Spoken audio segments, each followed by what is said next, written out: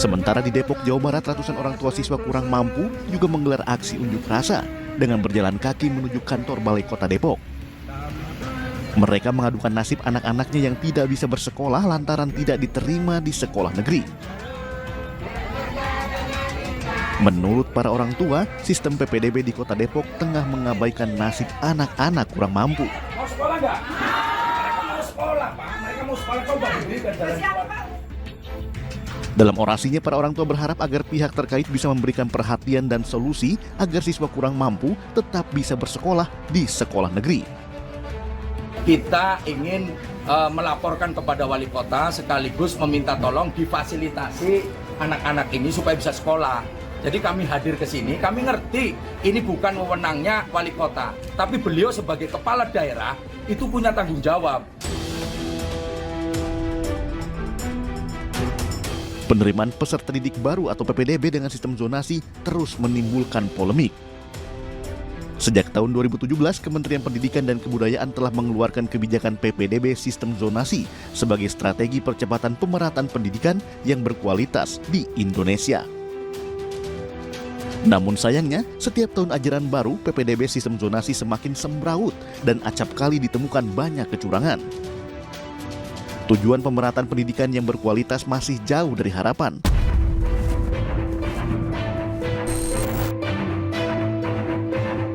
Sekolah Dasar Negeri Jalen, Kecamatan Balong, Ponorogo, Jawa Timur tidak mendapat murid baru satu pun di tahun ajaran 2023-2024 ini. Ruang kelas satu pun kosong, hanya terdapat tumpukan meja dan kursi. Sebelumnya sempat ada 3 orang tua siswa yang hendak mendaftarkan anaknya ke sekolah ini.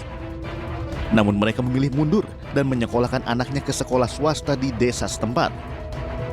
Minimnya murid yang mendaftarkan di SDN Jalen sudah terjadi sejak beberapa tahun terakhir. Bahkan tahun lalu, sekolah ini hanya mendapat 1 siswa. Untuk kelas 1 ya sekarang ini kosong, tidak ada murid. Kemudian yang kelas 2-nya ini tadi Khairul ada 1. Kemudian kelas 3-nya ada 3. Kelas 4-nya 5.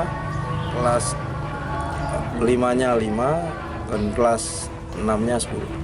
Totalnya 24. Semakin lama semakin menurun. Kita lihat dari siswa yang masuk ke sini. Jadi 5 tahun terakhir ini makin menurun.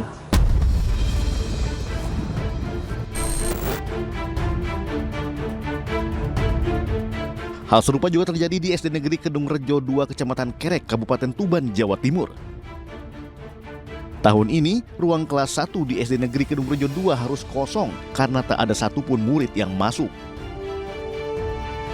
Tak hanya kekurangan siswa, kondisi ruang kelas di sekolah milik pemerintah ini pun cukup mengenaskan. Papan tulis dan sekat ruangan rusak dimakan rayap. Ya sekitar 4 tahunan yang dulu. Ya berarti 4 tahun sekitar 2019. Ya karena kelas 4 itu kosong, Mas. Terus kemudian kelas bawahnya ada 3, kemudian kelas bawahnya lagi mendapatkan 1, dan sekarang kosong lagi. Kendalanya mungkin sarana prasarana, kita ketahui ya Pak, di sini sarana prasarananya lantainya sangat kurang layak bagi murid sendiri.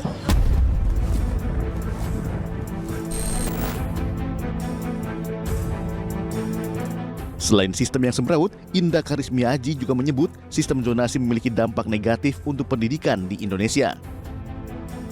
Tiap tahun semakin semrawut. Jadi udah kalau kita bicara PPDB zonasi ini udah 7 tahun berlangsung, bukan semakin diperbaiki, tetapi semakin dibiarkan untuk menjadi polemik. Dan bahkan dampaknya sudah negatif terhadap pendidikan Indonesia. Kan sudah bertolak belakang dengan mencerdaskan, kan? Bagaimana anak masuk sekolah malah memalsukan dokumen, ya kan? Jual beli bangku, itu kan bukan mencerdaskan, tapi kan malah membuat semakin bodoh. Persoalan pendidikan di tanah air seolah tak ada habisnya. Baru-baru ini, kondisi miris terjadi di Pangandaran, Jawa Barat lantaran ditemukan 29 siswa belum lancar membaca. Puluhan siswa tersebut merupakan siswa SMP Negeri 1 Mangunjaya, Kabupaten Pangandaran, yang terdiri dari 11 siswa kelas 7, 16 siswa kelas 8, dan 2 siswa kelas 9. Kasus ini pertama kali ditemukan saat pihak sekolah melaksanakan program literasi murid. Ada beberapa guru yang memang nanti akan dipersiapkan untuk membantu dalam rangka membantu supaya anak tersebut bisa membaca. Kami sama sekali tidak menyalahkan apakah itu alasannya COVID, karena memang itu perlu ada analisa, perlu adanya penelitian. Bahkan anak tersebut tidak bisa disebutkan anak berkebutuhan khusus juga. Ironinya, meski alokasi anggaran pendidikan di Indonesia terus meningkat, hal tersebut juga sejalan dengan meningkatnya angka anak putus sekolah. Berdasarkan data Kementerian Keuangan tahun 2023, pemerintah mengalokasikan sebesar 612,2 triliun rupiah. Anggaran tersebut naik dari tahun sebelumnya yang sebesar 574,9 triliun rupiah. Sementara angka anak putus sekolah pada tahun ajaran 2021-2022 ke 2022-2023 mengalami kenaikan. Tercatat ada 38.716 siswa SD putus sekolah di tahun ajaran 2021-2022. Kemudian naik menjadi 40.623 siswa di tahun 2022-2023. Di jenjang SMP, tahun ajaran 2021-2022, sebanyak 15.042 siswa putus sekolah, turun ke angka 13.716 di tahun ajaran 2022-2023. Jumlah siswa putus sekolah di SMA tercatat sebanyak 10.055 pada tahun ajaran 2021-2022.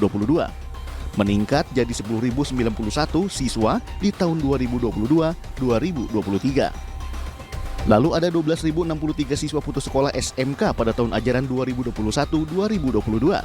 Bertambah menjadi 12.404 dibandingkan setahun sebelumnya. Pendidikan merupakan kunci menciptakan sumber daya manusia yang tangguh.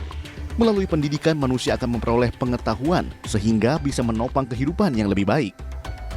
Pemerintah harus memberikan perhatian besar dan berkomitmen penuh terhadap peningkatan kualitas sumber daya manusia demi bisa mencerdaskan kehidupan bangsa. Ulang tahun ke-78 bangsa Indonesia harus jadi ajang perbaikan agar semua anak bisa merdeka belajar dan mendapat pendidikan yang terbaik. Sehingga cita-cita pendidikan terus melaju untuk Indonesia maju, bukan hanya sekedar tulisan di papan tulis. Jadi jangan bilang Anda tidak tahu akan permasalahan ini, karena kami sudah memberitahukannya.